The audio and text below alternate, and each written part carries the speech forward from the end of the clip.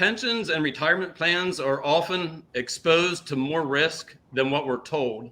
Not to mention, shares in 401ks can be used for locates and lending. Risk exposure and dilution can hurt the security's value. On the other hand, transfer agents are not able to lend or sell shares short, but it is very difficult to move self-directed IRAs to the DRS and impossible for all other retirement accounts that are not self-directed. Do you think it's a benefit for individual investors to have the choice of having retirement accounts in the DRS? And do you think this way of holding should be made more accessible for investors that aren't familiar with the DRS? I'd have to learn a little bit more in terms of the limitations in the 401k plans, which might also relate to other departments of the government, like the Department of Labor. If there's some technical issue, I'd like to learn, and that could be part of some follow-up as well. So you don't know any specific reason why retirement accounts wouldn't be allowed to directly register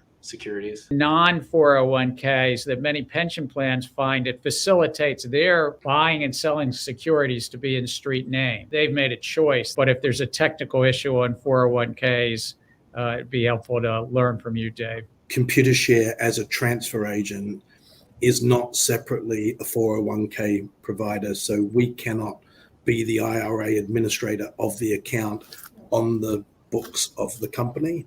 We obviously can register securities. So I think what we've said in the past is it's possible for the 401k provider to bring an account for the investor directly onto the books, but we can't step into the shoes of the 401k provider, certainly as things stand below. So, maybe this is an area where we do need some discussion about how to ensure that everyone's needs can be met. But I think we're aware that there's some concern about whether or not those can be held on the register. Of course, people can take their shares out of their 401k and hold them directly in their own name, but that undoes some benefits, as we understand, of actually holding through the 401ks. Not only the 401ks, but IRAs that are not self-directed IRAs, it also cannot be directly registered, which is the vast majority of retirement holdings in my experience. Paul, does your experience that what Miller's raised is for the same reasons over at the individual retirement accounts? We, as a transfer agent, would be able to administer these accounts if we didn't also have to assume the obligations of being reporting in an IRA sense. So there's some conflict between duties here.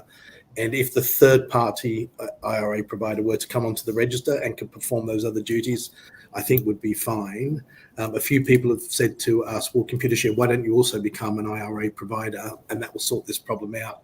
That's kind of a business case issue that we need to think about in the background. I'm not sure that's the solution to the problem, even though it might solve it if we were to also adopt that role. But it is an area we need to focus on, I think, as an industry. And we've actually found that there are only 2 custodians in the US that are willing to direct register self-directed IRAs. So the option is out there and it's possible, but it's just very, very limited access. We can't have the majority of retirement accounts going through 2 custodians. For some reason, it's very difficult to kind of bring other custodians on board to this idea to be able to direct register their customers' assets.